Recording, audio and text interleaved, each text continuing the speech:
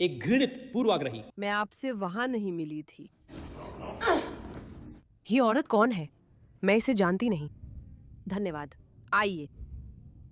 ये पागलपन है, मैं नहीं जा रहा। न्यूयॉर्क सिटी में यहूदी लोगों को बिजनेस में यही सहना पड़ता है। ये मेरा ऑफिस है नोरा, ठीक है? हमास को लाखों डॉलर दिए गए जिसे ये समूह नकारता है। 2008 से एफबीआई ने इस समूह से सभी संबंध तोड़ दिए क्योंकि उन पर हमास से जुड़े होने का आरोप है। जूली, हमें बुनियादी चीजें करनी होंगी।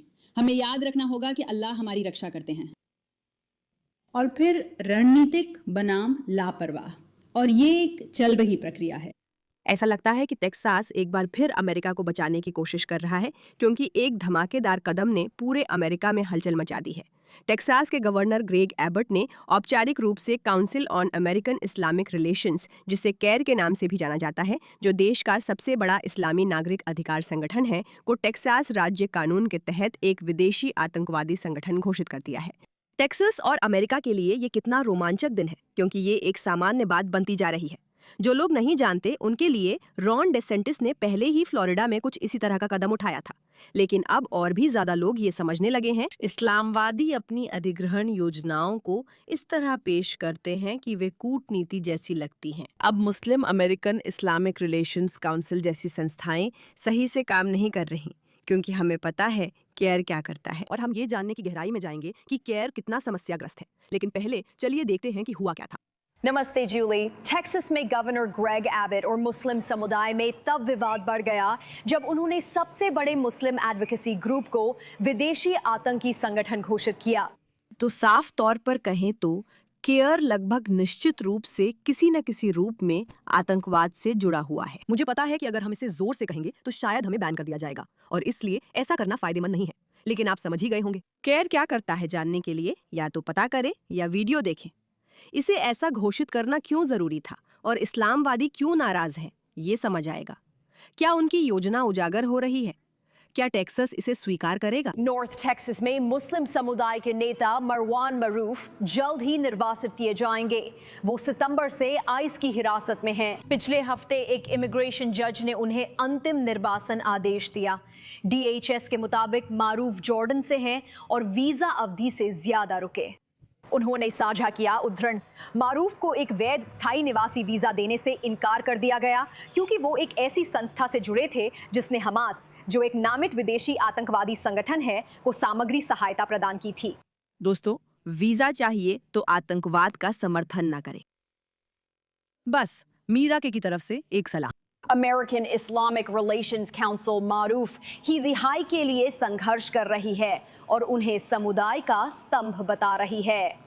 टेक्सास के गवर्नर ग्रेग एबट ने एक्स पर प्रतिक्रिया दी और कहा, ये CAIR टेक्सास द्वारा हमास और आतंक का समर्थन करने का एक और उदाहरण है। बिल्कुल सही। अगर आप बाहर जाकर कहेंगे कि ये आदमी हमास का समर्थन करता है, लेकिन कोई बात नहीं क्योंकि हम उसका समर्थन करते हैं, और आपको ऐसा नहीं करना चाहिए। आपको समझना चाहिए कि आप आतंकवाद का समर्थन कर रहे हैं। हाँ, केयर में किसी ने भी इसकी तर्क संगतता नहीं समझाई। किसी को शायद उन्हें ये जल्दी से समझा देना चाहिए। एबट ने इस महीने की शुरुआत में मुस्लिम ब्रदरहुड और CAIR को विदेशी आतंकवादी संगठन घोषित किया था। यहाँ लंबे समय से एक बड़ी लड़ाई चल रही है जिसमें उन्होंने अपने लक्ष्य स्पष्ट कर दिए हैं कि वे जबरदस्ती शरीयत कानून लागू करना चाहते हैं, और CAIR को इस महीने की शुरुआत में विदेशी आतंकवादी संगठन घोषित किया गया था। उन्होंने कहा उद्धरण, मुस्लिम ब्रदरहुड और केयर ने लंबे समय से अपने लक्ष्य स्पष्ट कर दिए हैं कि वे जबरदस्ती शरीयत कानून लागू करना और इस्लाम की विश्व पर प्रधानता स्थापित करना चाहते हैं। मुस्लिम ब्रदरहुड एंड CAIR द्वारा दुनिया भर में आतंकवाद का समर्थन करने और हिंसा, डराने धमकाने व उत्पीड़न के जरिए हमारे कानूनों को कमजोर करने की कार्रवाइयां अस्वीकार्य हैं। अब ग्रेग मेरे नए हीरो हैं। शायद वही अकेले टेक्सास को बचा रहे हैं। ये आदमी मुझे अच्छा लग रहा है। आप क्या सोचते हैं? ये बस सामान्य समझदारी है। केयर टेक्सास ने एबट पर मुकदमा दायर किया और सामुदायिक नेताओं के साथ प्रेस कॉन्फ्रेंस कर उनसे घोषणा वापस लेने की मांग की। इसे खतरनाक और मानहानिकारक बताया। ये वर्गीकरण असंवैधानिक है, किसी भी विश्वसनीय तथ्यात्मक आधार से समर्थित नहीं है और अपने आप में पक्षपात को दर्शाता है। ये समुदाय को बदनाम करता है और टेक्सास के मुस्लिम निवासियों के प्रथम संशोधन के अधिकारों को दबाता है। वे हमेशा वही करते हैं। आप लोग नस्लवादी व्यवहार कर रहे हैं। और वे सभी संगठन जो वैध पैरवी में लगे हैं। खैर पर हमास को लाखों डॉलर भेजने का आरोप है, जिसे संगठन नकारता है। इस बीच 2008 से एफबीआई ने हमास से कथित संबंधों के कारण इस संगठन से पूरी तरह से संबंध तोड़ लिए हैं। जूली, मेरा मतलब है, मुझे लगता है कि आतंकवादी संगठन से कथित संबंध होना ही आतंकवाद के बारे में सब कुछ बता देता है। मुझे तो अब ये मजाकिया लगता है कि उन्हें नहीं समझ आता कि खुद को आतंकवादी संगठनों से जोड़ने पर लोग इसे आतंकवाद का समर्थन मान सकते हैं। टेक्सास जीओपी सम्मेलन में एक मुस्लिम निवासी ने पार्टी में जगह ढूंढने की कोशिश की, लेकिन रोते हुए चला गया। मुझे नहीं पता ये कहानी क्या है, पर यह मजेदार है। वो अपने पिता तारिक हुसैन के साथ सम्मेलन में शामिल हुआ, जिन्होंने CAIR टेक्सास ह्यूस्टन की स्थापना की थी, जो मुस्लिम सिविल राइट्स ग्रुप की स्थानीय शाखा है। Council on American Islamic relations 11 सितंबर के बाद बनी थी। तारिक हुसैन एक पंजीकृत प्रतिनिधि के रूप में शामिल हुए। ये उस लड़के की कहानी है जो इस इवेंट में आता है, और शायद कभी उसे काउंटी छोड़ने के लिए कहा गया था। चलिए देखते हैं। ठीक है, एक मुस्लिम टेक्सन ने राज्य जीओपी सम्मेलन में पार्टी में अपनी जगह खोजने की कोशिश की। वो आंसुओं के साथ वहां से चला गया। राज्य रिपब्लिकन सम्मेलन में भाग लेने की उम्मीद कर रहे मुस्लिम प्रतिनिधियों और उपस्थित लोगों को पार्टी की एकता के विषयों को नवंबर चुनाव से पहले अपनाने के बावजूद सदस्यों द्वारा नजरअंदाज और अस्वीकार कर दिया गया। ह्यूस्टन में मोहम्मद हुसैन जानते थे कि वो जोखिम ले रहे हैं, फिर भी उन्होंने टेक्सास रिपब्लिकन पार्टी सम्मेलन में खुद को ये यकीन दिलाने के लिए भाग लिया कि जीओपी में उनकी भी जगह है, जबकि पार्टी के सदस्य शरीयत कानून खत्म करने और टेक्सास के तथाकथित इस्लामीकरण का विरोध कर रहे थे। अगर आप टेक्सास में रिपब्लिकन कार्यक्रम में इस्लामीकरण की वकालत करने जाएं तो ये बहुत बेवकूफ़ी होगी। मोहम्मद हुसैन ने पाया कि पार्टी उन्हें नहीं चाहती थी। वो उम्मीद के साथ पहुंचे थे, लेकिन जब उन्हें साफ साफ कहा गया कि उन्हें देश छोड़ देना चाहिए तो वो आंसुओं के साथ वहां से चले गए। हुसैन उन कम से कम 4 मुसलमानों में शामिल थे जो सम्मेलन में सच्चे इरादे से पहुंचे थे, प्रदर्शनकारी के रूप में नहीं, बल्कि प्रतिनिधि या उपस्थित लोगों के रूप में। वैसे इसका मतलब है कि वे इसे लिखने के लिए AI का इस्तेमाल कर रहे हैं। ये तो बहुत शर्मनाक है। राज्य के सबसे कट्टरपंथी रिपब्लिकनों की वार्षिक बैठक में भाग लेने के लिए, जहां वे पार्टी की प्राथमिकताओं पर मतदान करते हैं और जीओपी नेताओं से सुनते हैं। ह्यूस्टन सभा के 2 मुख्य मुद्दे थे, पार्टी एकता और शरीयत कानून का विरोध, जिसे कुछ सदस्यों ने इस्लामोफोबिया की ओर मोड़ दिया। सोचिए, ये न्यूज़ चैनल किस दिशा में है। लेकिन ये कहानी टेक्सास की है। जैसे कि दोस्तों, हम सच में असल में अब बस कर चुके हैं। जैसा मैंने कहा था, हम सिर्फ लोगों की गतिविधियां नहीं बताएंगे। अमेरिका में CAIR के तहत इस्लामीकरण जारी है।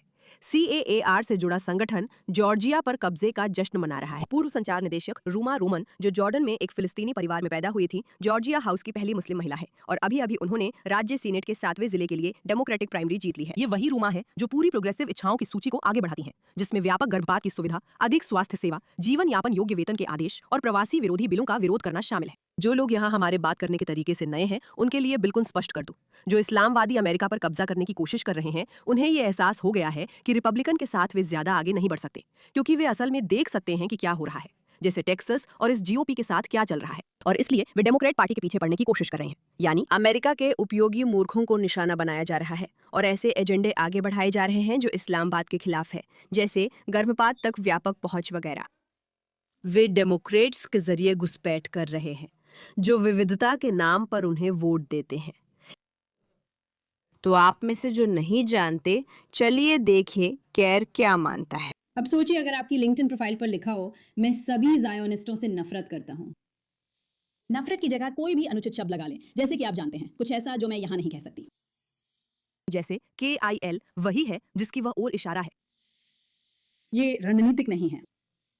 सही है ना, मतलब ये रणनीतिक नहीं है। अब आप ये कह सकते हैं, कि शुक्रवार की रात को कहवा हाउस में बैठे हुए, लेकिन आप इसे अपने लिंक्डइन पर नहीं कहेंगे। तो सबसे पहले हमें बुनियादी बातें करनी होंगी और याद रखना होगा कि अल्लाह हमारी हिफाजत करता है। और फिर रणनीतिक बनाम लापरवाह, और ये एक लगातार चलने वाली प्रक्रिया है। ठीक है, तो यहाँ CAIR की कैलिफोर्निया शाखा के नेता मान रहे हैं कि लोगों को रणनीतिक रूप से सतर्क रहना चाहिए, ताकि वे बातें ना कहें जो वे निजी तौर पर कहते हैं, जैसे कि वे लोगों से कितनी नफरत करते हैं या वे लोगों के साथ बुरा करना चाहते हैं, क्योंकि आपको रणनीतिक होना है। सबसे दिलचस्प और डरावनी बात यह है कि सोशल मीडिया पर लोग पागलपन भरी बातें कहते हैं, लेकिन वे बस बेवकूफ़ हैं। बेवकूफ़ वे हैं जो अपनी नफरत को खुलकर दिखाते हैं। असली समझदार वे हैं जो इसे छुपाते हैं और ऑनलाइन नहीं कहते। यही CAIR का तरीका है। वे आपको समझाने की कोशिश करते हैं, बेवकूफ़ मत बनो, हम ऐसे नियंत्रण करते हैं। ये है हम कथित हिंसा कैसे भड़काते हैं और पकड़े बिना सब करते हैं। याद रखिए, यही KES का मतलब है। इस्लाम का व्यापक संदेश। इस्लाम सिर्फ एक धर्म नहीं है। मैं उम्रा करने जाता हूं, मैं एक इस्लामी स्कूल शुरू करता हूं, मैं एक मस्जिद बनाता हूं। फिर से मुझे गलत मत समझिए, ये बुरी चीजें नहीं हैं, ये अच्छी चीजें हैं जिनका आपको इनाम मिलेगा। अगर आप इस्लाम को इतना ही समझते हैं तो आपने मोहम्मद का पैगाम गलत समझा सल्लल्लाहु अलैहि वसल्लम। फफीही मजाहिद, अपना जिहाद करो। ये उम्मत सुभान अल्लाह राजनीतिक रूप से फल फूल रही है। तो मेरे प्यारे भाइयों और बहनों, संगठित हो जाओ, संगठन का हिस्सा बनो, अपने संगठनों में शामिल हो जाओ। अल्हम्दुलिल्लाह आपके पास संगठित होने की क्षमता है। हमारे पास केयर है, हमारे पास अन्य संगठन है, राजनीतिक रूप से सक्रिय रहें। अल्हम्दुलिल्लाह आपका संगठन ताकत बढ़ाने में मदद कर रहा है। समर्थन करें ताकि हम वकील, आयोजक रख सकें। ये आपकी जद्दोजहद है। तो ये CAIR कैलिफोर्निया में हो रहा है, जहां वे सार्वजनिक रूप से कह रहे हैं, जैसे कि CAIR कह रहा है कि इस्लाम सिर्फ एक धर्म नहीं है। ये पूरी बात कि हम दिखावा कर रहे हैं कि हम एक धर्म है।